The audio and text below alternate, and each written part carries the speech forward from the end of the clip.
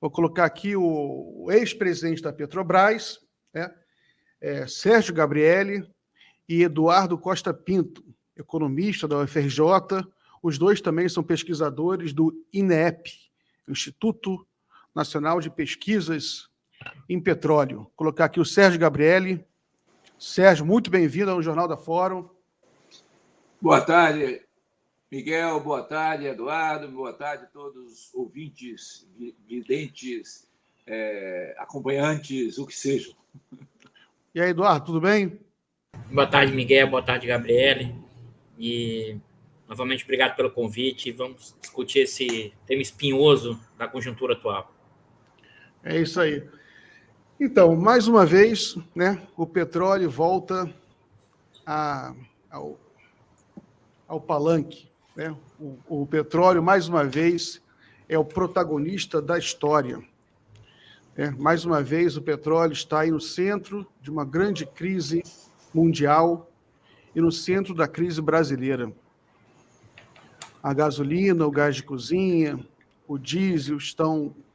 os preços desses combustíveis estão crescendo dramaticamente, pressionando a balança comercial brasileira, porque o Brasil importa esses derivados em grande quantidade, pressionando a economia brasileira, isso no momento já de grande fragilidade econômica.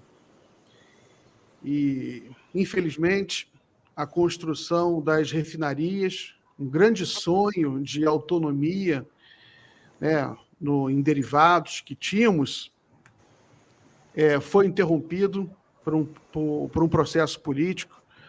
A Comperj, aqui no Rio de Janeiro, em Itaboraí, que emanciparia economicamente e até socialmente o Estado do Rio de Janeiro, combatendo não apenas o déficit em derivados no Brasil, mas também o desemprego no Estado do Rio, o desemprego na Baixada Fluminense, as refinarias do Maranhão, tudo isso foi interrompido, e agora a gente vive novamente esse drama do petróleo no Brasil, os preços muito altos, né? O brasileiro desempregado vai trabalhar dirigindo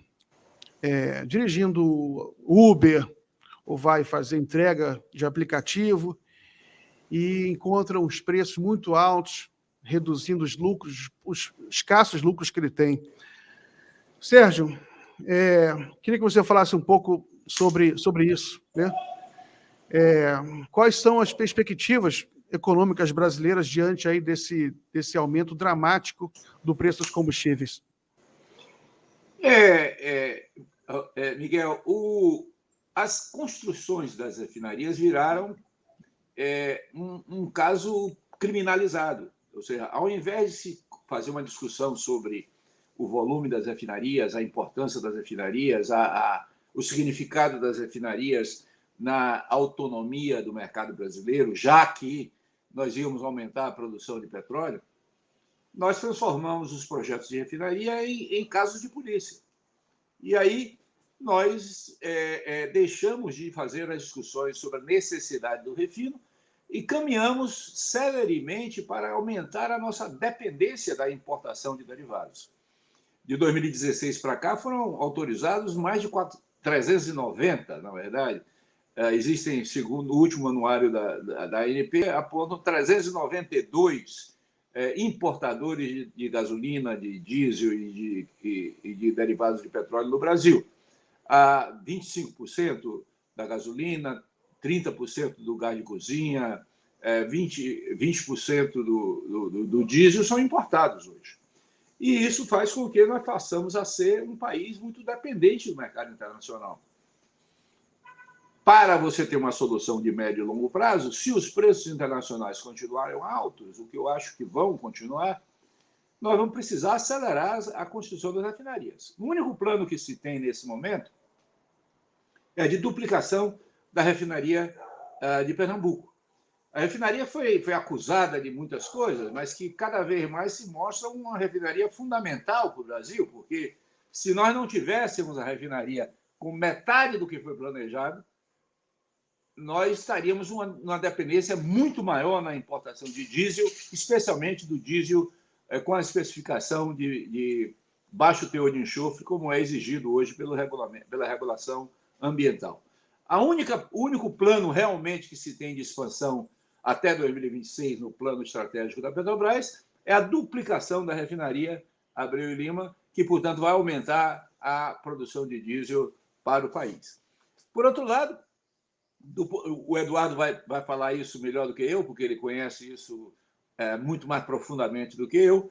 Os dados e as respostas, os resultados da Petrobras de 2021, do obsceno lucro de 106 bilhões de reais, 2% desse lucro, ou seja, 2 bilhões de reais, provém de um processo contábil de reversão de perdas feitos com a própria Reneste, que foi considerada uma grande perda, mas que agora, em 2021, trouxe 2 bilhões de reais de acréscimo ao patrimônio da Petrobras em 2021.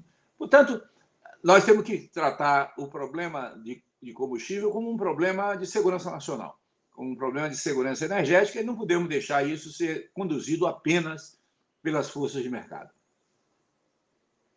Muito bem. Eduardo, eu acabei de publicar um artigo no Cafezinho, vou publicar na Fórum também daqui a pouco.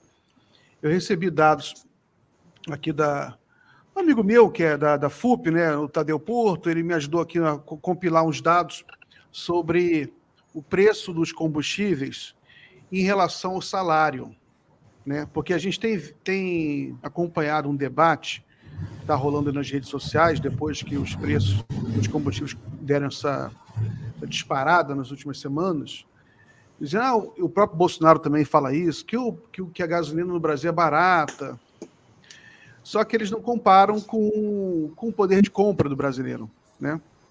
E aí os dados que eu obtive, para você encher um tanque de gasolina de 35 litros no Brasil, você gasta o equivalente a 20% do salário mínimo no Brasil. Na Coreia do Sul, que quase não tem reserva de petróleo, né? Quase não tem petróleo na Coreia do Sul, eles têm refinaria, mas não tem petróleo. Para encher um tanque de 35 litros, você gasta 3,7% do salário, né? Como é que você explica isso, Eduardo? Miguel, esse é um ponto importante, porque está rodando nas redes sociais. Você não pode comparar um preço, né, de uma determinada mercadoria, de um determinado produto, sem levar em conta o poder de compra. Os economistas costumam fazer alguns métodos para equalizar isso. Um é chamado o dólar PPP, o poder de paridade de compra. Claro, como você montou, né, está associado ao quê? É o poder, a capacidade de consumo de uma determinada mercadoria. Por exemplo, se custa aqui, como está rodando nas redes, 1,29 dólares, mas qual é o poder de compra do consumidor brasileiro? Essa é a comparação a ser feita. E na verdade, o que a gente está vivendo nesse momento? Né? Um movimento constante do aumento do preço, porque aqui tem uma diferença que é importante. Uma coisa é o nível do preço e a outra é a variação. A gente viveu, por exemplo, antes desse super aumento agora, tá, Miguel? Entre 2020 e 2021, tá? O diesel subiu nas refinarias 57%. A gasolina, 68%. E a média dos derivados, né, ao longo desse ano, né, em torno de 64%. Que mostra o seguinte, mais o aumento de preços de 25% do diesel, mais 16% do GLP, mais 18% da gasolina, isso tem um efeito inflacionário enorme. A discussão fica assim, não, vai subsidiar a gasolina de classe média. Alguém que fala uma atrocidade dessa não tem noção do que está falando. Porque o GLP, que é o gás de cozinha, que é o derivado produzido nas refinarias e uma parte significativa é importado, como o Gabriel já comentou, né, é um insumo essencial para as famílias. Né, e que hoje o gás de cozinha e a conta de energia elétrica consome da renda do trabalhador mais pobre em torno de 45%. Né? Várias reportagens mostrando que estava se distribuindo, deixou de distribuir alimentos e a quentinha pronta, porque as pessoas não adianta distribuir alimentos, as pessoas não têm dinheiro para comprar gás. A gente está falando nesse nível de padrão, mas não só. O diesel e nossa estrutura rodoviária é um insumo importante na questão dos transportes. Isso afeta, como um custo de produção, transporte, os preços no seu conjunto. E mais ainda, que isso a gente vai falar mais para frente, com a política atual da Petrobras, com a redução, né, e o fechamento de fábricas de fertilizantes, você ficou vulnerável ao mercado externo e o preço dos fertilizantes aumentaram fortemente, aumentando os custos de produção. Então, o que nós temos aqui nesse momento é uma enorme variação dos preços. E, Miguel, que já vinha antes da guerra. Aqui é importante deixar isso claro. Os preços desse que eu falei foi em 2021. Né? Esse mega reajuste agora aprofunda um processo inflacionário, aprofunda um processo que vai rebater na população como um todo, sobretudo na mais pobre. Né? E aí a gente pode discutir isso, mas e quem ganha com isso? A gente pode mais para frente discutir, mas é importante e fundamental essa questão que tem a ver com quem se apropria com uma renda petrolífera. Mas diga, Miguel. Não, é isso. Eu li um comentário de um economista liberal dizendo que a esquerda quer subsidiar a gasolina da classe média e da classe média alta. Né? Eu até escrevi isso no meu artigo, porque criam-se esses mitos, né, de que a gasolina é usada apenas pela classe média, né, que é uma coisa inacreditável. A gasolina, né, todo mundo sabe, né, é o insumo básico da economia brasileira, assim como o diesel, o gás de cozinha, são insumos, né? Uns custos, praticamente todos os custos econômicos se incidem sobre esses insumos básicos de energia. Gabriele, a gente viu, você mencionou a criminalização da construção de refinaria no Brasil. Isso é um dos fatos mais dramáticos da política brasileira, esse tipo de coisa, né? Esse tipo de cultura que a gente viu nascendo, viu crescendo, e se tornou, de fato, um problema político. Né? Você vê as pessoas, elas desenvolveram ódio da simples menção a construir uma refinaria no Brasil. Elas têm ódio como se fosse realmente uma coisa de outro mundo. Você que viajou muito, você foi presidente da Petrobras, você nota esse ódio em outros países, né? Ou você... nesses anos que você deve ter meditado muito sobre esses absurdos, de onde veio isso, na sua opinião? Olha, Miguel, na história existem vários exemplos da utilização da renda petroleira, que é muito grande, quando os preços estão altos, para derrubar governos, para fazer crises e mudar as situações do mundo. Quer dizer, se você pega, por exemplo, a década de 50, no Brasil, o governo Getúlio Vargas foi acusado do mar de lama, e um dos elementos centrais dessa acusação do governo Getúlio Vargas era a situação da Petrobras, na década de 50. Na mesma década de 50, o governo do coronel Boumediene, do Irã, foi derrubado pelo serviço secreto inglês e pela CIA sob acusação de corrupção na estatal iraniana, e foi substituído pelo Shah Reza Pahlavi, que fez um governo desastroso no Irã e que acabou sendo derrubado pelos ayatollahs no Irã. O Enrico Mattei, que foi presidente da Eni, que era a empresa estatal da Itália, acabou sendo morto com acusações seríssimas de corrupção. Há acusações em relação a Shell, em relação a Exxon, em relação a BP, em relação a Equinor, em atividades na África, em geral. O governo da Líbia foi derrubado com acusações de corrupção. Então, essa acusação de utilizar a grande renda petroleira para criar crise política não é uma coisa nova, não é uma coisa específica da Petrobras. É claro que aqui nós tivemos uma dimensão muito grande, inclusive porque nós temos no Brasil, diferente de muitos países do mundo, um sistema de comunicação extremamente centralizado, extremamente concentrado e homogêneo do ponto de vista ideológico e político. Então, a grande mídia brasileira comprou essa ideia e botou na cabeça de todo mundo que a Petrobras era um manto de corrupção, quando ela não é. Aqueles tubulões enferrujados saindo direito que a Globo botava no Jornal Nacional todos os dias, acabou entrando na cabeça das pessoas, dizendo que tudo que a Petrobras fazia era corrupção. É claro que tinha corrupção na Petrobras, mas a corrupção na Petrobras, apesar de, em termos absolutos, ser muito grande, ela é, do ponto de vista relativo aos volumes operados pela Petrobras, muito pequena. Muito pequena em relação ao volume que a Petrobras opera nesse período. Agora, tem um papel histórico isso. Quer dizer, impedir a construção de refinarias é uma tentativa de impedir o controle nacional sobre o petróleo,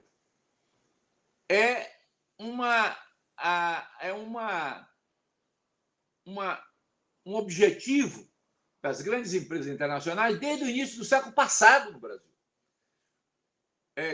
Quando a Esso e a Shell chegaram no Brasil, que tem mais de 100 anos, eles chegaram dominando o mercado brasileiro de combustíveis. E eles não queriam que o Brasil crescesse nem a produção de petróleo, nem a construção de refinarias. Eles sempre se opuseram a isso.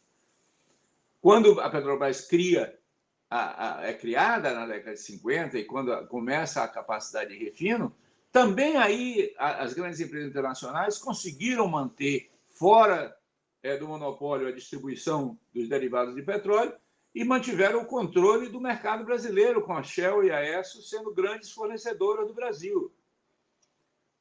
Quando a Petrobras cresce e a BR Distribuidora entra no mercado de distribuição e amplia a sua participação com 1/3 do mercado, a acusação de que a BR Distribuidora era uma empresa ineficiente, que havia perda de recursos, etc., era muito grande. Então, há um movimento histórico de tentar impedir a criação e a expansão do refino no Brasil, do ponto de vista do setor de petróleo e gás. Do ponto de vista do setor financeiro, que é o outro lado da questão, a grande financiarização que ocorreu na atividade econômica mundial, e em particular na área de produção de mercadorias, como petróleo e como gás, levou a que muitos investidores de curto prazo entrassem nesse mercado. E eles também são resistentes a refinarias, porque as refinarias acabam sendo um setor que é um setor compensatório dos momentos de preços baixos do petróleo. Quando o preço do petróleo está baixo internacionalmente, as margens de refino aumentam. E aí você compensa, para as empresas que estão integradas, compensam a perda que você tem na produção do petróleo. Quando os preços do petróleo sobem, as margens da produção de petróleo crescem. E aí você tem perdas no refino. Então, é assim que as grandes empresas do petróleo, nos últimos 200 anos, se organizam. Elas são integradas exatamente porque aí você normaliza, no longo prazo, o fluxo de caixa dessas empresas. Quando você olha para o mundo, é claro que há uma redução do volume de criação de novas refinarias na Europa, no Japão e nos Estados Unidos. Isso é real. Não só porque as refinarias já receberam grandes investimentos na década no início do século, na transição do século XX para o XXI, e estão mais ou menos com volumes adequados para os mercados domésticos dos países centrais, da Europa e dos Estados Unidos e do Japão. Por outro lado, há um grande movimento para a redução no longo prazo do uso dos derivados fósseis, que faz com que várias regulações acabem inibindo a criação de refinarias nesses países. Mas não é verdade que o mundo todo é assim. Porque a China está aumentando suas refinarias, a Índia está aumentando suas refinarias, a Coreia está aumentando suas refinarias, E você tem uma necessidade crescente de refinarias na América do Sul e na África. Portanto, nós, se vamos não fazer refinarias aqui, nós vamos ficar mais e mais dependentes do mercado americano, que fornece principalmente o diesel e a gasolina no mercado brasileiro, e vamos ficar dependentes mais e mais das flutuações do preço internacional do petróleo. E isso é perder a soberania energética do país. Muito bem. Eduardo, um dado, né, que ficou muito claro quando o Brasil começou quando suspendeu a construção de novas refinarias e a ampliação, e quando começa esse processo de aumento muito grande das importações de diesel, que esses produtos eles vinham em grande parte, na sua maioria, dos Estados Unidos, sobretudo o óleo diesel, né? Houve um aumento muito grande da exportação dos Estados Unidos para o Brasil, né? E depois a gente veio estudando isso e a gente viu que os Estados Unidos ele tem uma capacidade de refino muito grande, que excede, inclusive, o seu consumo, tanto que ele é o maior exportador do mundo de derivados. Voltou a crescer, inclusive, voltou a ser o principal produto de exportação dos Estados Unidos, os derivados de petróleo, né? Então, como que o Brasil consegue se inserir nisso? Né? Porque está claro que não interessa aos Estados Unidos que o Brasil tenha refinaria. Interessa que o Brasil compre o produto acabado dos Estados Unidos, né? Sei que é uma pergunta difícil, né? Mas enfim, a gente vai tentar aqui discutir isso. Como o Brasil tem espaço para o Brasil fazer refinarias? Existe espaço? Existe essa demanda? Ou a gente está destinado a importar sempre dos Estados Unidos e de outros países? Vamos lá, Miguel. Eu acho que esse é um ponto importante. Primeiro, que tem demanda para isso. Se a gente já importa entre 20% e 30% de alguns derivados, nós temos uma demanda. E observe que, acho que o Gabriel alertou, nós estamos com a economia parada praticamente. Qualquer movimento de aceleração de crescimento econômico, tá, vai pressionar mais ainda o nível de utilização, porque nesse momento o nível de utilização das refinarias já está em torno de 90%, Miguel, e crescendo, tá? E nós temos um gargalo que é o refino. Ou seja, e aqui eu queria ressaltar e reforçar, até o Gabriel falou, que é a questão do lavajatismo. Eu acho que a questão da construção da refinaria e do lavajatismo tem uma conexão que é do setor de petróleo e de energia, mas é também uma ideia de que tudo que é público é corrupção. E por que vai ganhar um apoio da mídia de parte dos setores dominantes brasileiros? Porque, para mim, na minha leitura, internamente, essa burguesia brasileira, desde 2015, ali no auge da crise econômica, quer implementar um novo padrão de acumulação, quer reduzir o papel do Estado, quer destruir a Constituição de 88, quer destruir o que foi construído desde o período Vargas para frente. Então, a ideia de avançar na lógica da corrupção é não construir refinarias da Petrobras, mas as formas de intervenção estatal. Então, isso vai unificar com a ideia de que tudo que é público, tudo que é atuação do investimento público é corrupção. A gente chama isso, na teoria, é uma teoria extremada do neoliberalismo, que é a teoria do rent-seeker. A ideia de que qualquer ação estatal é capturada pelo setor privado e não gera nenhum benefício social. O lavajatismo estimulou essa discussão, e olhe que essa discussão da corrupção, como o Gabriel alertou no Brasil, ela é antiga. O denismo nasce com isso. O próprio movimento tenentista, tá, tem essas dimensões que todo o problema do Brasil seria resolvido se acabasse a corrupção. Olha o pensamento militar hoje. Eles entraram achando que bastaria, supostamente, resolver o problema do país, porque eles teriam melhor capacidade de gestão e não seriam corruptos, o Brasil resolveria. O presidente atual da Petrobras é um militar, né? É um general. E que, na verdade, ele apenas aplica o que a burocracia atual, a alta burocracia da Petrobras opera. Agora, Miguel, e aí voltando para o ponto que você trouxe, que eu acho fundamental.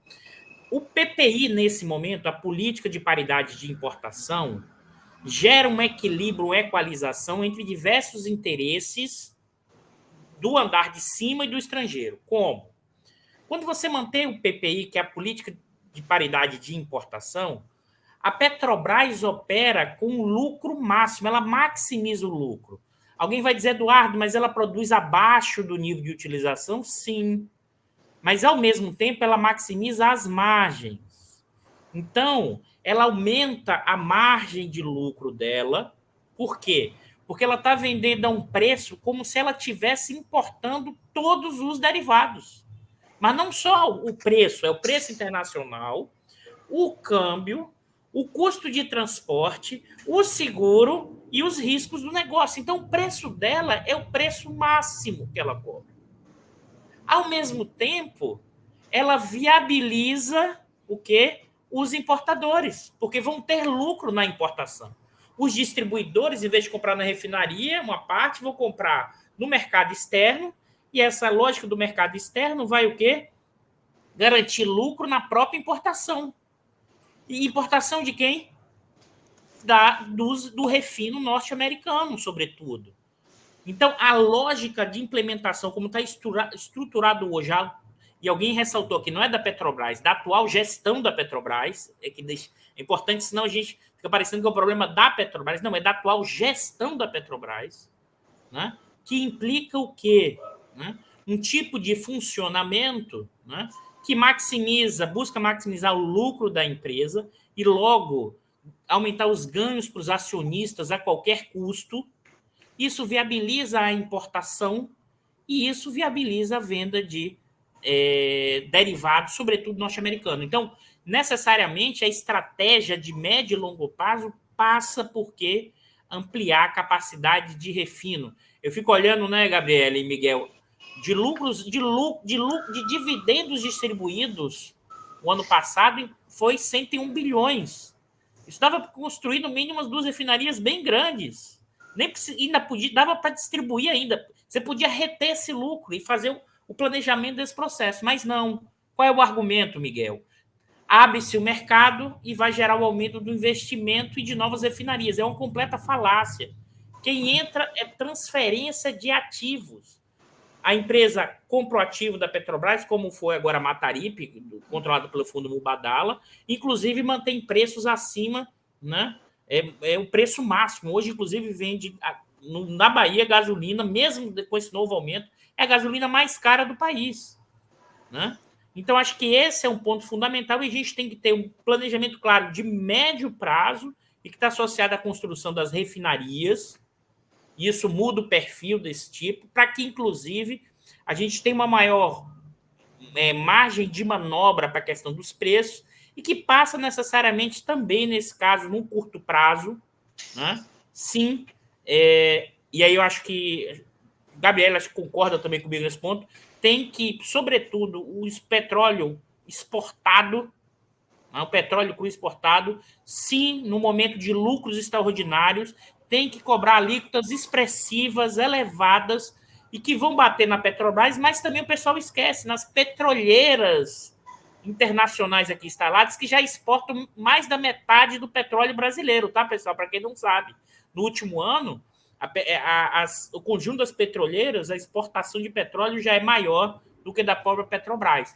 E essa renda do petróleo gigante, hoje, por causa desses preços, desses custos, está sendo apropriada pelas petroleiras internacionais, está sendo apropriada em grande parte pelos acionistas, sendo que esses acionistas, 40% estrangeiro, né? Apenas vai para o Estado 37%, e o restante para o setor privado nacional. À custa de quem? Do consumidor que paga cada vez mais, né, com a política de PPI. E ganha também o quê? Os importadores e as refinarias norte-americanas. É nesse conjunto que a gente precisa entender essas conexões e estruturações. Então, tem no curto prazo instrumentos para isso, mas no longo prazo a questão do investimento do refino é fundamental. Maravilha. Deixa eu só agradecer aqui alguns internautas. A Isabel Vilela, que se tornou membro, a Leda Terezinha René, que deixou um superchat, que eu já mostrei aqui, que ela fala: eu nem tenho palavras para tudo o que está acontecendo, meu estômago dói, minha consciência e alma não entendem os opostos que pensamos e desejamos para o povo. O Marcos Lima comentou: Gabriele, o desânimo dos petroleiros é grande. E tem um comentário aqui que não deixou superchat, mas é um comentário crítico, mas eu achei que fosse interessante a gente depois comentar, que é refinaria, combustível, hidrogênio, energia solar, energia eólica, vibrações do mar, investir na pesquisa científica.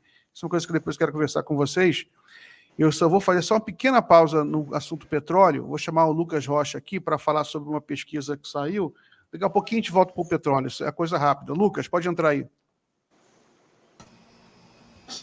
Boa tarde novamente, Miguel. Boa tarde, Eduardo. Boa tarde, Gabriele. Miguel, a gente teve hoje 2 pesquisas do Real Time Big Data encomendadas pela TV Record. A gente teve uma no Rio de Janeiro, Miguel, que coloca o empate técnico entre o deputado federal Marcelo Freixo, que está no PSB, e o governador Cláudio Castro, do PL.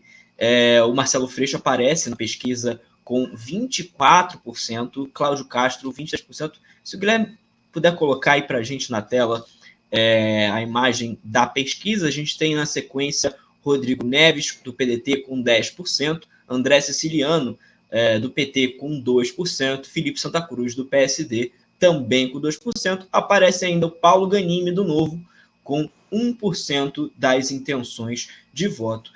Chama atenção, Miguel, mais uma vez, né, a alta... alto brancos e nulos na pesquisa, né? A pesquisa mostra que 30% da população do Rio de Janeiro pretende votar branco ou nulo, que é uma tendência que já vem nos últimos anos, né? E essa eleição parece que vai ter novamente esse número altíssimo de votos brancos e nulos. Uma coisa interessante, quer dizer, uma coisa que eu achei estranha, Miguel, é que nessa pesquisa a Record faz questão de perguntar se as pessoas votariam em um candidato que defendesse a descriminalização do aborto ou se votariam em um candidato que defendesse a legalização da maconha. Parece que a TV Record está aí trabalhando, né, para poder colocar isso na cabeça do eleitorado, Miguel. É isso aí, Lucas. Eu chamo a atenção também na pesquisa espontânea, né, que é onde não se cita os candidatos, né, o entrevistado ele tem que citar de forma espontânea. 58% ainda não sabe em quem votariam, né? Tudo aberto, né? Só o Marcelo Freixo tem apenas 5% na espontânea e o Cláudio Castro 4%. Né? A gente viu essa pesquisa espontânea para pesquisas nacionais, né? A gente vê que o cenário bem mais definido. O Lula, o Bolsonaro tem pontuações muito altas. O Lula chega a ter 25%, o Bolsonaro também mais 20%. Então, o cenário realmente está bastante aberto no Rio de Janeiro. E Minas, tem também Minas, né, Lucas? Isso, Miguel. Em Minas também há um cenário aberto. Na espontânea a gente vê, ao contrário do Rio, tem uma consolidação um pouquinho maior, mas mesmo assim ainda é muito aberto. Mas eu vou puxar os dados da estimulada, né? O governador Romeu Zema aparece com 40%, ele que é do Novo, lidera aí as intenções de voto. O prefeito de Belo Horizonte, Alexandre Calil, do PSD, tem 23% das intenções de voto. Assim como as outras pesquisas, elas colocam aí o Zema com uma grande vantagem sobre o Calil, mas não dá a vitória em primeiro turno, que nem a gente chegou a comentar uma pesquisa aqui, né, Miguel, que dava uma vitória em primeiro turno para o Zema, essa não dá. Só citando os outros candidatos, Carlos Viana, do MDB, tem 4% das intenções de voto, Vitório Medioli, sem partido, tem 3%, Daniel Sucupira, do PT, tem 2%. Então, ainda aí há um cenário indefinido, né? Mas há uma tendência, né, Miguel, a um segundo turno entre Romeu Zema e Alexandre Calil. É isso aí, Lucas. Muito obrigado aí pelas notícias. Sigo aqui na conversa com meus amigos Sérgio Gabriel e Eduardo Costa Pinto. Eu vou puxar um comentário que eu fiz aqui, um comentário crítico, né? Que é uma coisa que sempre vem à tona também quando se fala em petróleo, que é a crítica de que o petróleo seria uma coisa atrasada, né? Afinal, se trata de um combustível fóssil, que é muito poluente, né? E isso aí pega, sobretudo em setores da classe média, né? O que você pode responder a isso, Sérgio?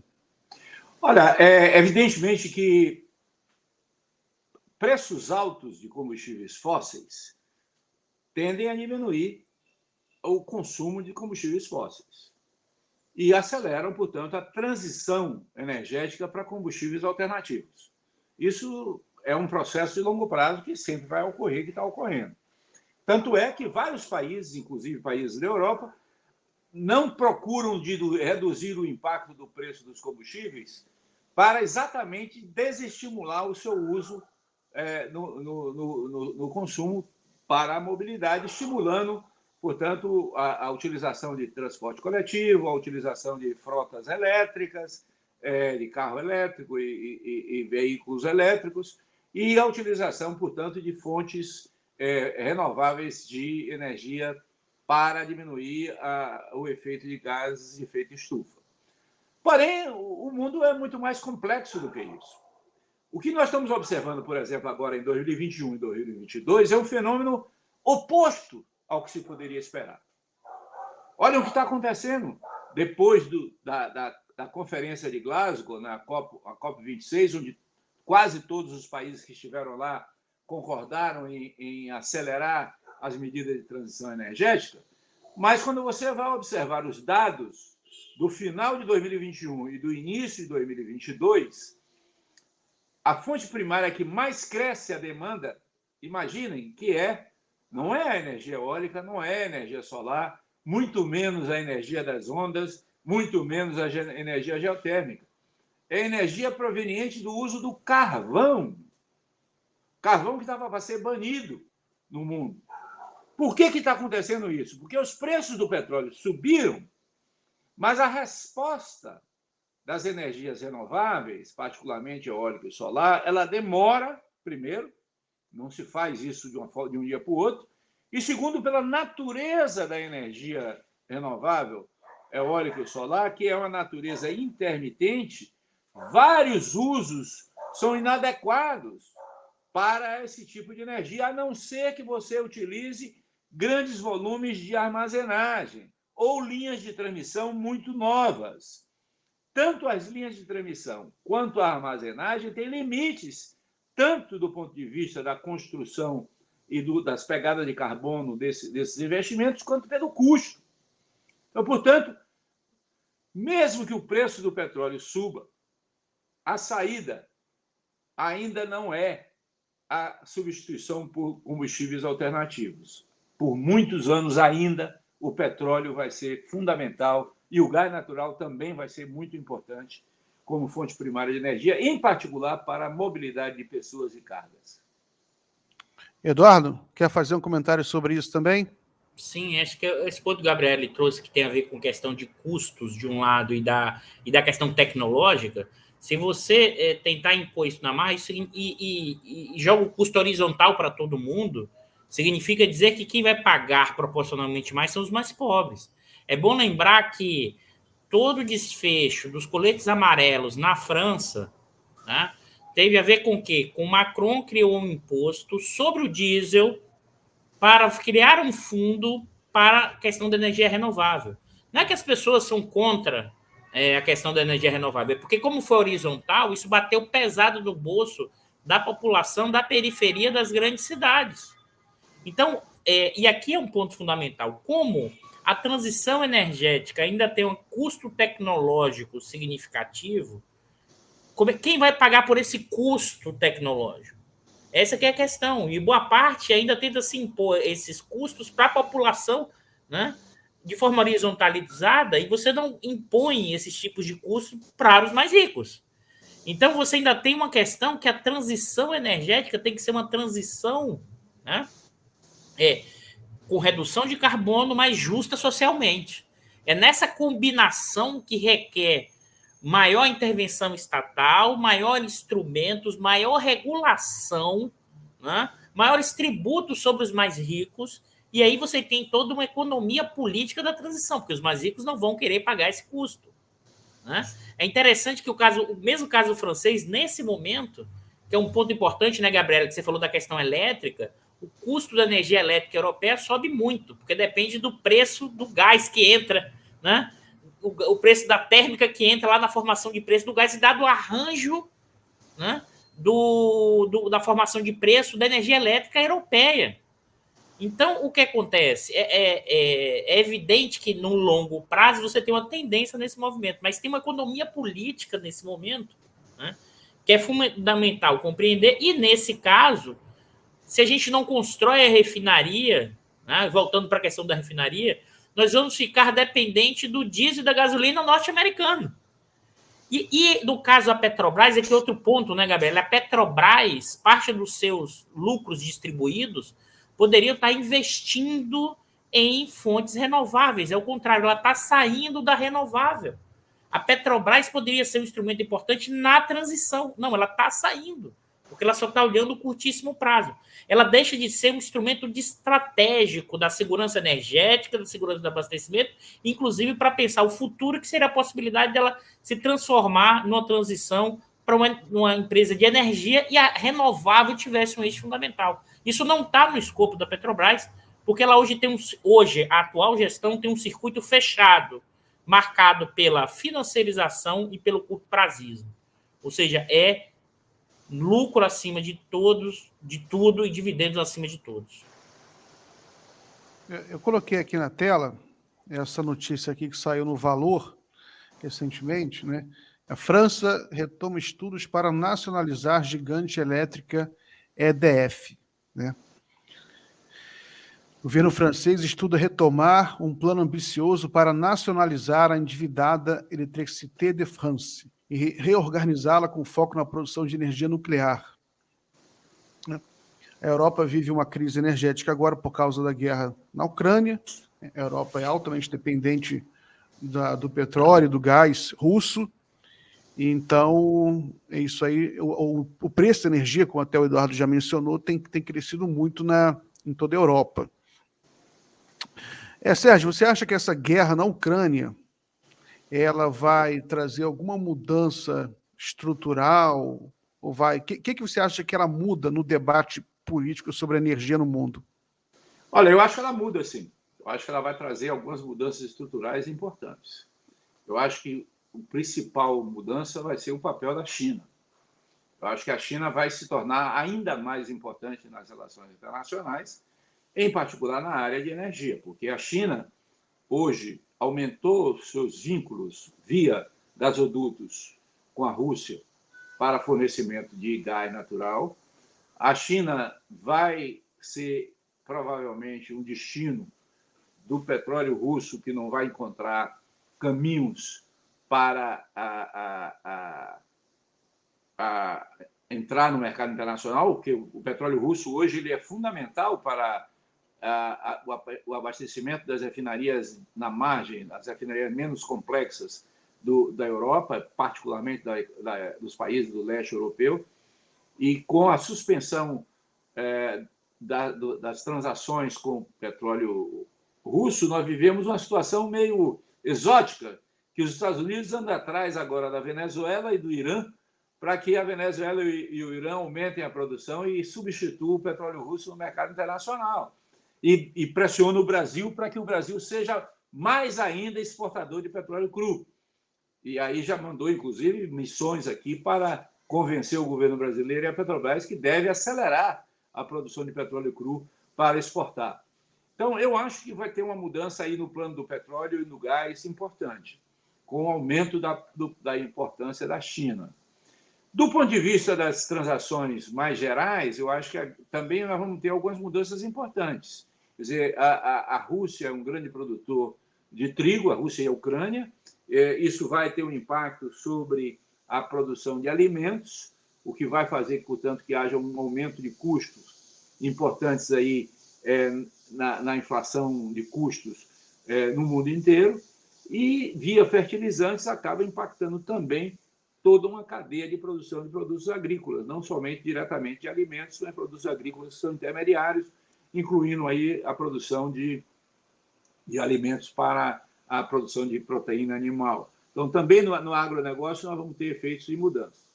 E vamos ter uma outra mudança importante, que é a mudança na alta tecnologia. Quer dizer, as empresas americanas estão saindo, são empresas de consumo, principalmente, estão saindo da Rússia, e de energia que estão saindo da Rússia, a China está entrando nelas, está substituindo elas na Rússia. Então, nós vamos ver aí um processo de mudança do papel relativo da China numa reaproximação com a Rússia, que vai criar mais uma multipolarização do mercado da geopolítica internacional. Muito bem. Eu vou chamar o Lucas novamente para dar uma novidade aqui sobre a guerra na Ucrânia. Lucas, pode vir.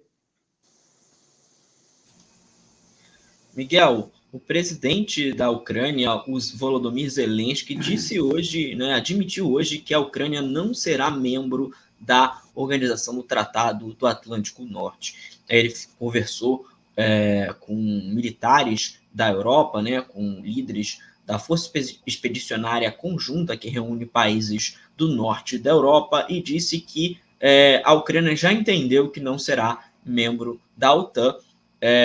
Disse que ouviu dos europeus que havia uma porta aberta, que ouviu dos Estados Unidos que havia essa porta aberta, mas já entendeu, já ouviu também que não pode entrar na OTAN.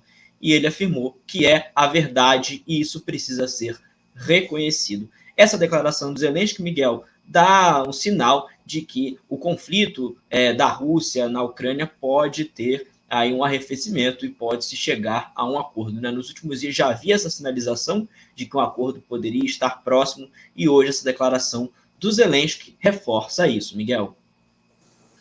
Muito bem, Lucas. Tomara que haja um acordo, que essa guerra termine, uma guerra muito perigosa, sobretudo porque envolve uma potência nuclear, que é a Rússia. Recentemente tivemos aí um bombardeio próximo à fronteira com a Polônia, muito perigoso, porque a Polônia pertence à OTAN. Então, mas eu não vou comemorar nada mais, porque toda vez que eu comemoro, o negócio piora no dia seguinte. Então, eu vou só torcer para que melhore. Eduardo, você acha que essa guerra na Ucrânia, o que ela muda, na sua opinião, aí no debate sobre geopolítica e petróleo?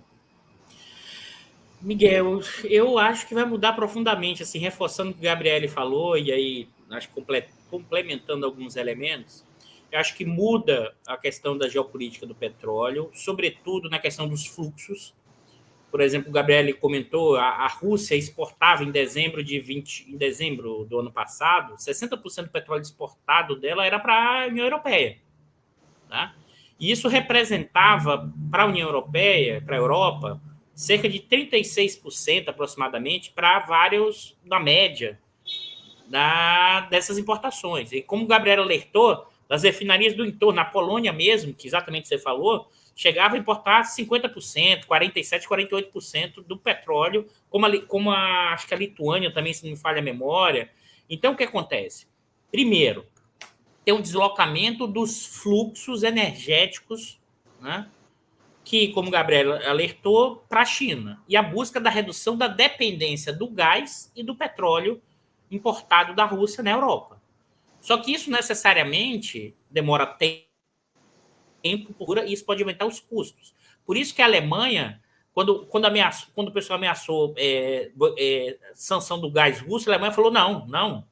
Sabe por quê? Porque isso iria aumentar os custos de produção da Alemanha, isso iria reduzir a competitividade da Alemanha, inclusive diante das manufaturas chinesas.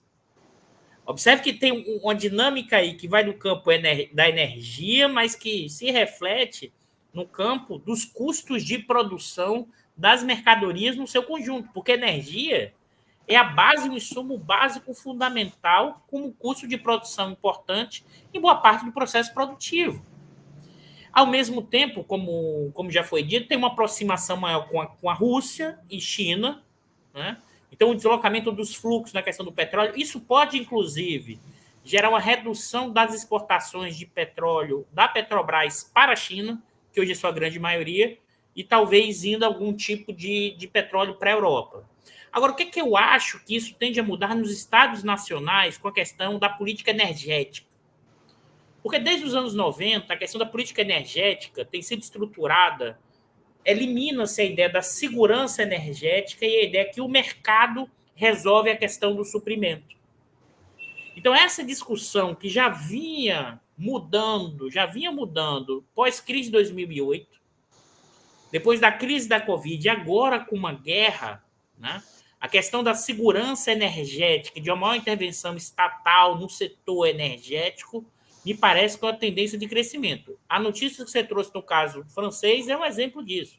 Como o Gabriele falou, o carvão Você aumenta o carvão porque você está querendo manter o quê? O fornecimento. Né? Então, vai aumentar as formas de intervenção estatal no setor energético. E mais, a gente está falando do Macron, um liberal, eleito como liberal, né? O símbolo do liberalismo na Europa. O Macron, ele negou temporariamente, mas, inclusive, a lógica da nacionalização é tirar a EDF da Bolsa para aumentar o grau de controle estatal da empresa. Isso vai acontecer, me parece, de uma forma ampla, né, nesse conjunto, e mais, já está dado, mas acho que vai aumentar ainda mais os subsídios, né, para os mais pobres na questão de gás de cozinha e de energia. Ou seja, já tem um leque enorme de atuação, já estava acontecendo desde o aumento do preço, mas acho que isso vai aumentar no sentido dos subsídios, mas eu acho que também uma tendência de mudar a reconfiguração do debate sobre a questão da política energética, que pós anos 90 ficou dominado sob a lógica de mercado, e a Europa, por incrível que pareça, nesse sentido, é mais liberal do que os Estados Unidos, porque os Estados Unidos é pragmático, e a Europa hoje opera repetindo elementos, sobretudo Bruxelas, a União Europeia, por exemplo, como regula o mercado elétrico europeu, que é uma insanidade, mas não dá para entrar aqui. Os Estados Unidos, por incrível que pareça, metade dos estados opera com o Estado intervindo direto. Tem um pragmatismo pela questão da segurança energética, que os europeus perderam e reproduzem um discurso norte-americano que nem os americanos atuam desse jeito no território norte-americano. E o nosso caso, então, é o mais insano, porque a gente acha que o hiperneoliberalismo, que está em desuso no mundo, vai nos ajudar. Mas eu costumo dizer que isso é mais um discurso de retórica, né? Porque tem muita gente ganhando muito, Miguel, no meio dessa crise, ganhando muito, e isso é o andar de cima, o topo, né? E os 2% da população, uma camada social média, uma classe média alta, que também tem ganhado muito dinheiro no Brasil, com, que eu costumo dizer, com o butim em curso desde 2016. E o setor do petróleo é uma dessas dimensões desse butim. Isso vale para a Eletrobras, isso vale para a venda de ativos, isso vale, inclusive, pela apropriação da renda do petróleo na mão de um segmento cada vez maior, e que alguém falou aqui do pré-sal, e o pré-sal é uma das fontes importantes do aumento dessa renda do petróleo, com forte redução dos custos de extração, com enorme produtividade. Aquilo que antes dizia que era um mico. E por que dizia que era um mico? Para reduzir os custos tributários, para dar mais isenção para as empresas, né? Depois que você deu isenção, passou isso ali, pós-golpe, em 2007, as profundas mudanças regulatórias, o pré-sal virou o ouro negro de volta, e mostra que é exatamente isso, a renda do petróleo gigantesca tem a ver com essas dimensões e está sendo apropriada por poucos e não tem sido utilizado para pensar o médio e longo prazo do país. Maravilha, Eduardo. Gabriele, queria fazer uma pergunta um pouco técnica para você. Eu li que você tinha falado isso numa outra live sobre custos de produção do pré-sal, né? E outra sobre refinaria, né? Eu lembro que eu acompanhei o debate sobre a construção das refinarias, né? Eu lembro que se falava que as refinarias brasileiras elas não estariam preparadas para refinar o petróleo do pré-sal. Aí você me corrija se eu estiver errado. E que uma das razões de construir refinarias no Brasil, novas, seria para se preparar para esse petróleo novo que iria surgir. Queria que você falasse um pouco sobre isso, né? Porque existem diferenças, né? Eu lembro que eu lia muito sobre isso. Tinha um petróleo mais pesado, né, que era o petróleo do pós-sal, o petróleo tradicional brasileiro, e um petróleo do pré-sal, que seria mais fino, né? E queria saber se as refinarias que o Brasil tem, qual o petróleo que elas têm capacidade de refinar, qual é o custo que você tem para fazer essa transição, se é que é possível fazer essa transição, né? Enfim, qual é o custo, né, desse processo de construir refinarias, enfim, o custo de produção de petróleo do Brasil, do pré-sal, se na sua opinião, está dentro do que você planejava na época lá que se descobriu, e a questão das refinarias. Espera aí, Gabriel, vou ligar esse microfone que eu desliguei aqui. Deixa que eu vou ligar aqui. Pronto. Miguel, primeiro eu queria comentar uma notícia que acabou de sair da Folha de São Paulo, que a União Europeia decidiu ampliar os subsídios para reduzir o impacto do preço dos combustíveis nos consumidores. A União Europeia acabou de sair agora. E segunda notícia também que saiu agora na Folha de São Paulo é que o Bolsonaro vai exigir que a Petrobras baixe os preços, porque os preços da gasolina, os preços do petróleo internacional caíram e estão sendo vendidos abaixo de $100 hoje. Essas duas notícias são notícias que revelam as mudanças que estão acontecendo. Quer dizer, de um lado, você tem uma mudança substantiva da política da Europa, incluindo aí a política em relação à transição energética, porque era inadmissível você pensar que a Europa iria subsidiar combustíveis fósseis frente à transição energética, depois das decisões da Escócia, do COP26, e, portanto, isso reflete muito claramente a dimensão, digamos, social do problema.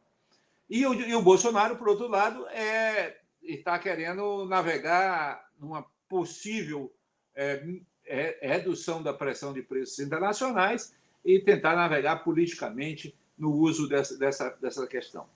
Respondendo a sua questão técnica, é mentira, é errado dizer que as refinarias da Petrobras não podem processar o petróleo do pré-sal. As refinarias hoje, que estão com 91% de capacidade utilizada, desses 91% de capacidade utilizada, e isso é quase o limite máximo técnico de utilização de refinarias, você dificilmente pode crescer muito mais do que isso, a carga processada dessas refinarias, 92% no quarto trimestre de 2021 é petróleo brasileiro. Elas já estão processando 92% na situação atual. Por quê? Porque o governo Lula e o governo Dilma fizeram um baita de um programa de investimento de 26 bilhões de dólares para aumentar a capacidade de conversão das refinarias brasileiras. E esse programa de conversão e de qualificação do produto brasileiro, reduzindo a emissão de enxofre, de partículas de enxofre no derivado do Brasil, não aumentou a produção, mas foi uma coisa necessária para processar petróleo brasileiro e para processar um petróleo com menos teor de enxofre. Então, as refinarias estão, digamos, capacitadas de processar petróleo brasileiro quase na sua totalidade. Quase na sua totalidade. O problema todo é que ela está no limite de capacidade. Então, se o país voltar a crescer, nós vamos ter um problema porque vão aumentar as importações de derivados e não aumentar a produção do Brasil. Construção de refinaria. Hoje, como eu disse, as refinarias novas no mundo têm algumas características que vale a pena chamar a atenção. As novas refinarias do mundo são principalmente refinarias maiores, então são refinarias aí na faixa de 300 a 500 mil barris por dia de capacidade de processamento. São refinarias integradas à petroquímica, portanto, e petroquímica incluindo fertilizantes. Portanto, são refinarias que vão além da produção de derivados para transporte e para combustíveis de transporte e também são refinarias integradas com complexos petroquímicos. E são refinarias que também têm uma logística que seja capaz de atender o mercado internacional. Portanto, tem que ser refinarias que sejam próximas a portos, tem que ser refinarias que sejam próximas a terminais e, portanto, viabilizem uma integração maior no mercado internacional. Essas são as características das refinarias internacionais. O custo das refinarias, geralmente se calcula isso por barril de capacidade de destilação. A maneira técnica de calcular isso geralmente, você pega o volume de investimentos e divide pela capacidade de destilação e, com isso, você chega a um valor que, hoje em dia, se estima que vai estar entre 5 e 12 mil dólares por barril. Isso vai depender um pouco do volume de infraestrutura adicional à refinaria que exista, os portos, terminais, as condições de mobilidade, de entrega de produto e de saída de produto, as condições elétricas, as condições de tratamento de resíduos e as condições de padronização da construção e desenvolvimento da indústria de construção pesada nos países. Portanto, nós temos aí uma margem grande de custos de refinaria. Agora, uma refinaria não leva menos de 4 anos para ser construída. Portanto, se nós formos iniciar qualquer coisa em 2023, a refinaria só começará a produzir em 2027. Tá bom. Deixa eu só dar aqui uma notícia. O Gabriel já trouxe a notícia, né, que a União Europeia, os ministros das finanças da União Europeia concordaram nesta terça-feira em subsidiar o preço dos combustíveis em função do aumento dos preços da energia resultante da guerra na Ucrânia. A estratégia é baseada em 3 aspectos-chave. Primeiro, o apoio a todas as famílias afetadas pela forte elevação dos preços dos combustíveis. Fizemos isso na França e muitos outros países europeus fizeram o mesmo, ou estão pensando em fazer isso, afirmou Le Maire, que é o ministro das Finanças da França. A segunda medida é apoio e ajuda às empresas mais afetadas pela alta nos preços do gás. A terceira é a diversificação de fontes energéticas para tornar a União Europeia independente da Rússia. Então, essa é a notícia que saiu agora. Eu vou chamar o Lucas para dar outra notícia da guerra aqui. Lucas, por favor. Opa, Miguel. A gente tem a notícia agora de que o presidente dos Estados Unidos, Joe Biden, confirmou que vai doar armas para a Ucrânia. Já era uma coisa que Biden tinha sinalizado na última semana, de que faria aí uma ajuda de 200 milhões de dólares para a Ucrânia, e agora o presidente dos Estados Unidos confirma, né, reforça esse envio de equipamentos, tanques e armas à Ucrânia, né? É curioso que esse anúncio acontece no mesmo dia em que o Zelensky sinaliza um distensionamento entre Ucrânia e Rússia, né? Tem muito aí de cálculo eleitoral, né, Miguel? Muito de cálculo eleitoral de Joe Biden, que vê que a guerra aumenta a sua popularidade. A notícia aqui que você colocou no link aqui do nosso grupo, o presidente dos Estados Unidos confirmou um pacote de 13,6 bilhões de ajuda à Ucrânia. O projeto foi aprovado pelo Senado americano na última semana. E além desse envio de armas, né? Mais uma vez, né, a indústria armamentista está feliz, né, porque quem ganha dinheiro são esses fabricantes de armas, e, sobretudo, nos Estados Unidos, né? A indústria do petróleo americana e a indústria de armas. É isso aí. Muito obrigado, Lucas, pela notícia. Eduardo, você acha que o novo eventual aí, governo progressista, caso o Bolsonaro seja derrotado, né? Você acha que na batalha pela opinião pública, né, vai ser possível tomar a decisão de construir novas refinarias? Eu acho que, no caso de construção de novas refinarias, acho que sim, Miguel. Eu acho que, porque a própria Petrobras, se você observar, agora já vai construir o segundo trem. Tá? Então, ela já a construção do segundo trem da RINEST. Tá?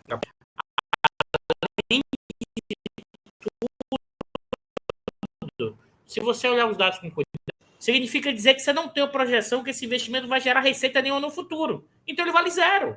Mesmo, ou vale muito próximo de zero contabilmente, a sucata. Ou a venda para a sucata. Mas ali não é só a venda para a sucata. Se você volta a investir, automaticamente esse ativo passa a ter um valor maior, porque tem expectativa de gerar receita para frente. Então, só a decisão de voltar à ampliação do investimento, a RINEST, o segundo trem da RINEST, que marcado, isso tudo no balanço, tá, Miguel? Que valia 2 bilhões, agora vale o quê? 4 bilhões. Inclusive, para quem não sabe, como o Gabriel falou, isso é contabilizado como um lucro contábil da Petrobras. Naqueles 107 bilhões, tem um lucro contábil de 2 bilhões, está associado ao quê? ao valor do segundo trem da RNEST, que agora vale 2 bilhões a mais. Então, as pessoas que às vezes têm essa questão de...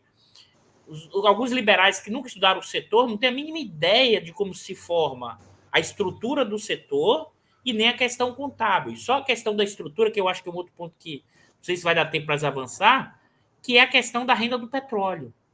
Nós temos custos muito baixos. E aí o que acontece? O liberal vai dizer, não, estimula a concorrência. Desculpa, liberais. Os próprios liberais que estudam isso sabem que isso é chamada renda da terra. Uma jazida de petróleo é mais produtiva do que outra. E não tem como você concorrer igualmente.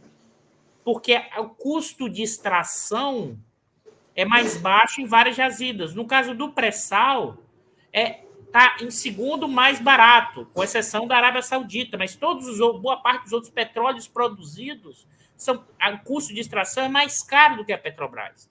Isso significa dizer que você aumenta a sua renda. E quando o preço sobe, né, a renda aumenta. E é por isso que toda a discussão atual não só aqui, que deveria avançar, né? Na Europa, nos Estados Unidos, é como taxar a sobre-renda do petróleo. Miguel, a Petrobras tem lucros obscenos. E por que eu estou chamando de obscenos? Porque o lucro dela é mais do que o dobro da média das petroleiras internacionais. A margem líquida é o triplo. E o caixa em relação à receita de vendas dá 4 vezes. E isso está sendo apropriado por poucos. Assim, eu não tenho dúvida nenhuma que a gente está vendo é um butim.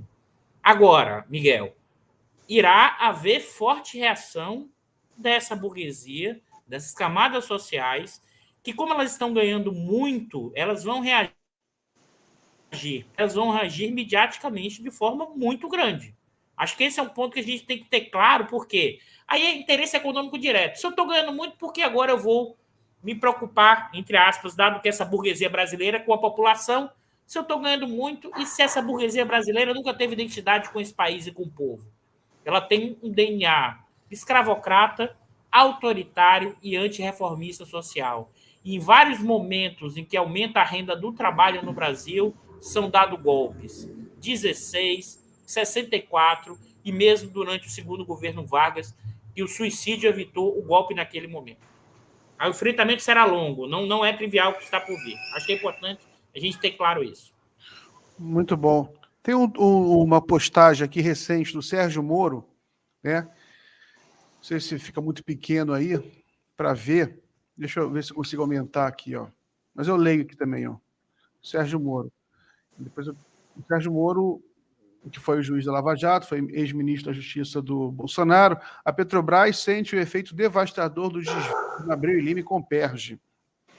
O custo da Abreu e Lima foi de 2,3 bilhões de dólares para 18,5 bilhões de dólares. Comperge, prejuízo de 12, bilhões de dólares. Se o Brasil não tivesse sido saqueado no governo do PT, haveria mais refinarias e combustíveis mais baratos. O que você responde a isso, Gabriele? Bom, eu acho que o ex-ministro está completamente equivocado. Ele, na verdade, o que aconteceu foi que com o processo da Lava Jato, todos esses projetos foram criminalizados, foram considerados criminais. O que aconteceu com a RNEST foi, primeiro, essa variação do preço inicial de planilha para o preço que poderia ser na fase de contratação. Ele apresenta vários elementos que são importantes tecnicamente chamar a atenção. O primeiro elemento é que o primeiro preço não era um preço de prancheta, quer dizer, não era um preço de ida para o mercado. Quando você faz a primeira avaliação dos custos reais, você começa a subir esse custo em dólar, no momento em que o real estava se apreciando. Então, portanto, na medida que o real vai se apreciando, e o real se apreciou bastante nesse período, o valor em dólar aumenta, mesmo que os valores em reais sejam os mesmos. E as refinarias são gastos em reais. Portanto, tem um elemento cambial aí importante. Tem um elemento aí também de ajustes de construção de uma refinaria no Nordeste, que envolve uma série de investimentos fora de refinarias comuns. A refinaria Abreu Lima saiu cara? Saiu. Saiu mais cara do que o mercado internacional. Isso é fato. Foi pela causa da corrupção? Não. Foi porque nós tivemos, primeiro, um processo de retomada da construção de refinaria, depois de 1980, porque a última refinaria construída no Brasil foi em 1980. A segunda, que é inaugurada, é a metade da refinaria Abreu e Lima, que é 2014, e foi construída só metade dela. Portanto, o investimento também não é 18 bilhões, como o ex-juiz quer falar, porque ele só foi realizado metade.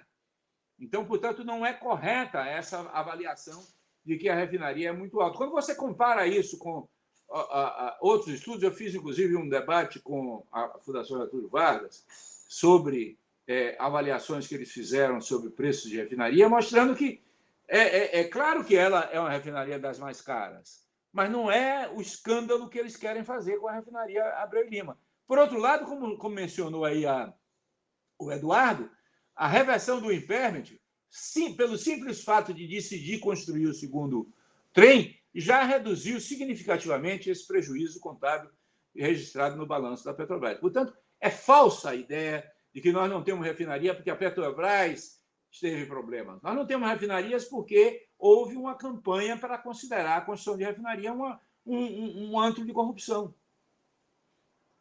E é Comperj, Gabriele? O Comperj é o mesmo processo. O Comperj também saiu muito mais caro e é mais grave porque ele ficou 85% construído e não foi nem inaugurado. Então, ele está sendo sucateado.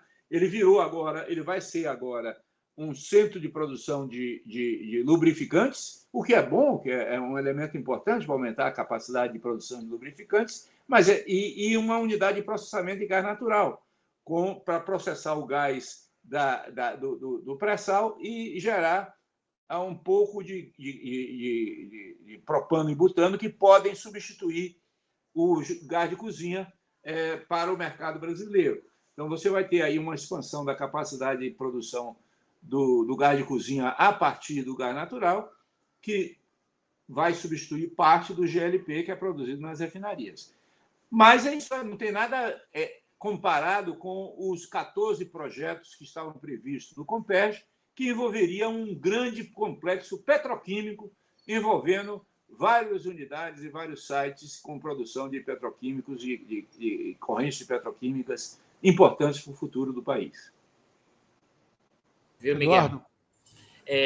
Nós do INEP fizemos a nota técnica, porque esse debate exatamente no IBRE, eles adotaram para o cálculo que o Gabriele faz do investimento por barril, colocando os 2 trens, sendo que você só construiu um. Então, de partida, além dos efeitos cambiais, você já aumentou, porque você dividiu pelo dobro do que foi efetivamente construído. Então, isso já superestimou no dobro os custos unitários do custo do investimento por barril. Então, você tem alguns movimentos, que é o custo unitário, e outra coisa, não se colocou o valor contábil do segundo trem. É como se o segundo trem não existisse. Ele foi desvalorizando ao longo do tempo, mas agora voltou 4 bilhões. Só que 4 bilhões não necessariamente é o câmbio de hoje, se você pensar em dólar, porque, como o Gabriel falou, foram gastos em reais. Então, tem aí, Miguel, erros técnicos na avaliação, erros técnicos.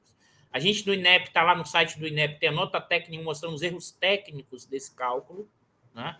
Que tem a questão cambial, a questão de utilizar, a questão de não levar em conta. Esses dados que eu estou falando, Miguel, estão no balanço da Petrobras, os valores contábeis. Não se levou em conta, tem lá nas notas técnicas da Petrobras, no balanço da Petrobras, está lá os dados mostrando qual é o valor do segundo trem. E quanto ele foi desvalorizando contabilmente, porque ele não tinha previsão de voltar à construção, e como só agora ele ficou 2 bilhões a mais, porque só na decisão de voltar a retomar o investimento, né? Então, tem alguns erros técnicos, algumas dimensões, que isso foi divulgado. O Moro, na verdade, ele está aí nessa postagem do Twitter, ele está copiando essa nota técnica que foi feita pelo pessoal do IBRE, né? Mas que tem erros técnicos nessa nota técnica, mas como o Gabriele falou, Sim, foi a refinaria mais cara, evidentemente, a gente tem isso muito claro pelos efeitos que já foi falado, mas não é, como disse, 10 vezes maior. E é outro problema, Miguel, que faltou dinheiro. As pessoas não entendem a diferença entre contabilidade e geração de caixa. A Petrobras teve um prejuízo grande em 2015 e 2016, mas era prejuízo contábil, tinha a ver com esses impairments. Como você deixou de ter um investimento desse ativo, o ativo passou a não ter valor porque ele não tinha uma expectativa de geração de receita no futuro, né? Agora, o caixa continua entrando dinheiro, então tinha dinheiro para realizar esse processo. Ao mesmo tempo, como você tinha essa caça às bruxas, a burocracia da Petrobras falou, vamos parar tudo, senão é o meu que está aqui, eu que vou sobrar nessa história. Então, criou-se um ambiente institucional, um ambiente de governança que paralisou o processo. Porque tinha geração de caixa, pode olhar o caixa da empresa, é só olhar o fluxo de caixa para quem não entende, e o prejuízo foi contábil, porque a boa parte do prejuízo foi exatamente ativos que foram paralisados, e como eles tinham expectativa desse ativo gerar receita no futuro e parou, isso é contabilizado como prejuízo. Então, é mais de 25 bilhões em 15 e 16, eu não me falho a memória, Gabriel, se tivesse dado de cabeça, mas entre 25 e 30 bilhões foram prejuízos contábeis pela paralisação do investimento. Quando esse investimento retoma, isso muda, inclusive. Diga, Gabriel. Eduardo, além disso, você tem que ver que em 2014 o preço do petróleo caiu de $107 em dezembro para $37 em junho. E ao fazer essa queda brutal do preço e ao projetar para o futuro, vários ativos foram levados a prejuízo. Isso também contribuiu para os impairments de 2014 e 2015. Miguel, completando o que o Gabriel falou, o prejuízo da Petrobras em 2020, lá no primeiro trimestre, porque como o preço do petróleo caiu, você fez um forte impairment ali no primeiro trimestre de 2020 e que deu um prejuízo enorme naquele trimestre. Então, dizer que a Petrobras estava quebrada, não tinha caixa, é uma falácia que foi utilizada e que, na verdade, o atual candidato a presidente é um dos copartícipes do que gerou uma forte insegurança nos movimentos da Lava Jato de continuar no avanço da construção das refinarias, mas é evidente também com esses efeitos contábeis, esses efeitos da queda do preço do petróleo, ainda tem um outro componente, né, Gabriel, que aí é a desvalorização cambial de quase 50% da moeda nacional, que isso bate diretamente no efeito da dívida bruta, porque a Petrobras, isso contabilmente é registrado como prejuízo. Gabriel, uma pergunta. Eu tenho lido alguns economistas liberais, né, a manifestação deles sobre essa questão das refinarias, né? A impressão que passa é que eles acham que vale mais a pena importar. Algumas vezes eles deixam claro isso, vale a pena mais importar, porque fazer refinaria é caro, não se paga. O próprio Sérgio Moro já falou isso mais de uma vez. Né? Não se paga, é muito caro fazer refinaria, então é melhor importar. Eu queria saber o que você acha disso. Olha, evidentemente que a lucratividade do EIP, a lucratividade da produção de petróleo, é maior do que a lucratividade do refino quando os preços estão altos. Não é verdade quando os preços estão baixos. Então, o que acontece? Por que o modelo de negócio dominante, desde os tempos da Standard Oil, lá do Rockefeller, lá no início do século XX, lá nos anos 1900, quando começa a indústria do petróleo do mundo, o modelo dominante das grandes empresas no mundo é o modelo da empresa integrada. Ela trabalha na produção, trabalha no refino e trabalha na distribuição e no varejo. Ela trabalha em todas as áreas, porque ao trabalhar com todas as áreas, ela ganha as variações dos preços de cada etapa e diminui a flutuação no longo prazo. Então, as empresas mais sustentáveis, as empresas maiores da indústria de petróleo são empresas integradas. E as grandes empresas continuam buscando integração e não desintegração, como a Petrobras vem fazendo. Então, portanto, evidentemente que em momentos de preços altos, o refino tem margens pequenas. Mas em momentos de preços baixos, o refino tem margens maiores. Isso faz com que uma empresa integrada acabe ganhando nos dois momentos. Eduardo, qual a... Mais uma dúvida ainda permanece, porque se os preços baixam, ficaria mais barato importar, por exemplo, né? Aí eu reitero a pergunta agora para o Eduardo, qual a vantagem entre produzir aqui no Brasil, ter refinaria, né, ao invés de importar? Vamos lá, Miguel. Os liberais, eles trabalham com concepções pré-determinadas. Toda a lógica é associada ao seguinte, que é a ideia das vantagens comparativas ricardianas. Que história é essa para quem está nos assistindo? É o seguinte, olha, o país, ele deve atuar apenas em setores que ele tem uma maior produtividade e eu vou comprar de fora o que é mais barato. Então, eu vou, com essa situação, né, aumentar a geração de riqueza. Então, parte-se da ideia... Esse é um debate que está lá, por exemplo, nos anos 30, entre o Simons e o Goudin, que a ideia é o seguinte, para os liberais, você produzir soja, se gera riqueza, é igual produzir microchip, em termos de geração de riqueza. Mas a gente sabe que, a depender da estrutura produtiva, tem efeitos tecnológicos para o conjunto, gera transbordamento tecnológico. Para os liberais, o que eles acham? Não importa. Não tem sentido refinar aqui. A Petrobras tem que operar no que ela é mais produtiva, apenas o quê? No petróleo do pré-sal. E vamos importar tudo, porque parte da ideia que questão de segurança energética, questão de abastecimento, o Deus mercado resolve. Enquanto no mundo a gente está vendo um movimento contrário por causa da crise de 2008, por causa da crise da Covid e por causa da guerra. Eu desconfio, Miguel, que uma parte dos nossos liberais, né, em certa medida, estão presos no tempo e uma outra parte viraram economistas de mercado. Eles viraram corretores, porque eles ganham com essa lógica. Eles ganham com a questão dos dividendos, eles ganham com a questão de operacionalização, eles estão ganhando muito, porque eles intermediam esse processo. Alguns outros acreditam, e cada um tem visões alternativas, mas o que a gente está vendo desde o golpe parlamentar de 16 é um ultraliberalismo, que significou o quê? Os mais ricos com enormes taxas de lucro e os mais pobres pagando custos sem emprego, com renda baixa, com aumento da vulnerabilidade alimentar e que tende a piorar com essa política atual. O Bolsonaro contou uma bravata dizendo que ia segurar, uma bravata, dizendo que não pode fazer nada. Pode, né? Uma bravata, né?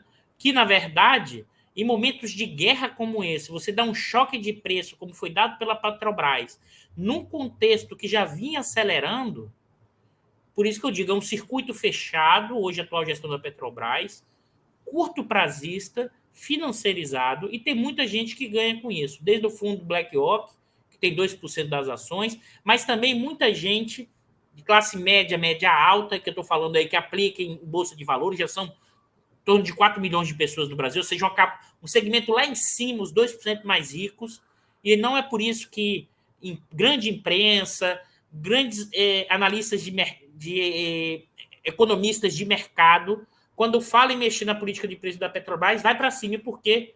Porque não é ideia, não, Miguel, é o bolso. Porque isso significa que parte a renda do petróleo não irá para eles, irá para o consumidor. E as nossas elites, elas operam com esse padrão histórico.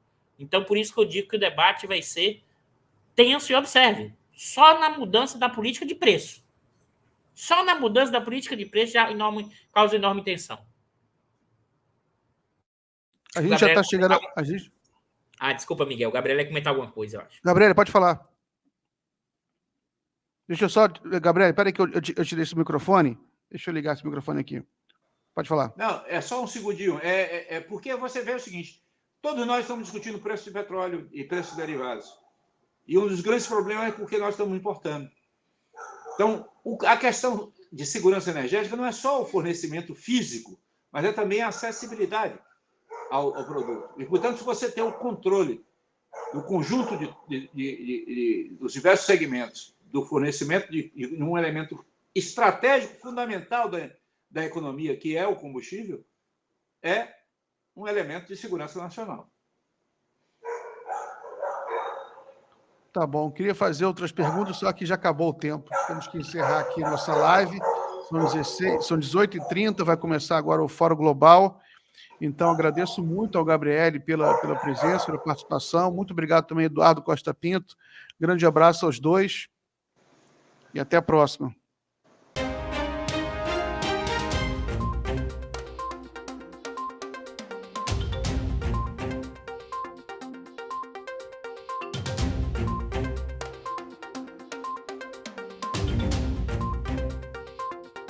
Agora você pode ser membro. Agora tem o clube de membros no canal da Fórum, aqui no YouTube. Membro da Fórum? É. Que legal! O que é membro da Fórum?